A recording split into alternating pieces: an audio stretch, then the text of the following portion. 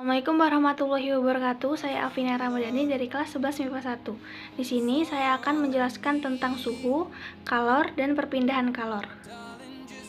Yang pertama, kita akan membahas tentang suhu dan kalor. Suhu adalah ukuran kuantitatif terhadap temperatur. Oleh karena itu, suhu bisa dikatakan panas atau dingin sesuai dengan besarnya hasil pengukuran suhu. Sedangkan kalor adalah tenaga panas yang dapat diteruskan atau diterima oleh satu benda ke benda lain. Kalor adalah energi dalam bentuk panas yang dapat mengalami perpindahan dari tempat bersuhu tinggi ke tempat yang suhunya lebih rendah. Kalor memiliki satuan internasional Joule, atau biasa disingkat dengan J. Satuan lain dari kalor adalah kalori, atau biasa disingkat dengan Kal. 1 kalori berarti banyaknya kalori yang dibutuhkan untuk memanaskan 1 gram air sampai suhunya naik 1 derajat Celcius. Untuk mengonversi satuan dari Joule ke kalori atau sebaliknya, gunakan persamaan berikut. 1 kalori sama dengan 4,2 Joule. 1 Joule sama dengan 0,24 kalori. Selanjutnya adalah kalor jenis. Apa itu kalor jenis? Kalor jenis adalah karakteristik suatu zat yang menunjukkan kemampuannya menyerap kalor. Dapat dirumuskan sebagai berikut. Dengan keterangan, Q adalah energi kalor dengan satuannya J atau Joule, C adalah kalor jenis dengan satuan J per kilogram derajat Celcius. M adalah massa dengan satuan kilogram dan delta T adalah perubahan suhu dengan satuan derajat Celcius. Berikut adalah contoh zat yang termasuk kalor jenis. Setelah membahas tentang kalor jenis, kita akan membahas tentang kapasitas kalor. Apa itu kapasitas kalor?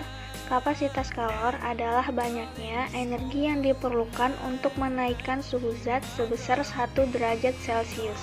Secara matematis, kapasitas kalor dirumuskan sebagai berikut. Dengan keterangan, Q adalah energi kalor dengan satuan Joule, C dengan huruf kapital adalah kapasitas kalor dengan satuan J per derajat Celcius. C yang dilambangkan dengan huruf kecil adalah kalor jenis dengan satuan Joule per kilogram derajat Celcius.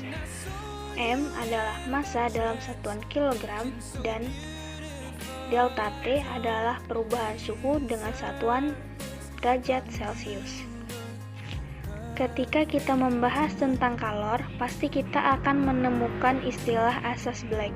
Pada tahun 1760, seorang ilmuwan asal Skotlandia yaitu Joseph Black berhasil merumuskan suatu konsep tentang aliran kalor dari dua zat yang berbeda suhu. Konsep itu disebut sebagai asas Black. Asas Black menyatakan jumlah kalor yang dilepaskan oleh zat bersuhu tinggi sama dengan jumlah kalor yang diterima oleh zat bersuhu lebih rendah. Secara matematis dinyatakan sebagai berikut. Q lepas sama dengan Q terima.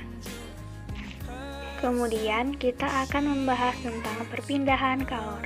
Perpindahan kalor dibedakan menjadi 3, yaitu konduksi, konveksi, dan radiasi.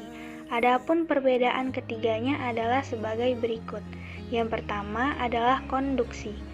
Konduksi adalah perpindahan kalor dari tempat bersuhu tinggi ke tempat bersuhu lebih rendah dan tidak disertai perpindahan zat perantaranya.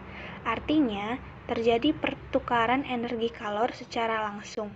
Contohnya, saat kamu meletakkan sendok di atas tutup panci yang sedang dipanaskan, semakin lama sendok akan ikut menjadi panas karena ada aliran kalor dari tutup panci ke sendok. Yang kedua adalah konveksi. Konveksi adalah perpindahan atau aliran kalor yang disertai perpindahan zat perantaranya. Contohnya, terbentuknya angin darat dan angin laut. Yang ketiga, ada radiasi. Radiasi adalah perpindahan kalor tanpa melalui zat perantara. Contohnya, sinar matahari yang sampai ke bumi tidak membutuhkan medium apapun untuk merambat. Mungkin itu saja yang dapat saya sampaikan. Saya akhiri. Wassalamualaikum warahmatullahi wabarakatuh.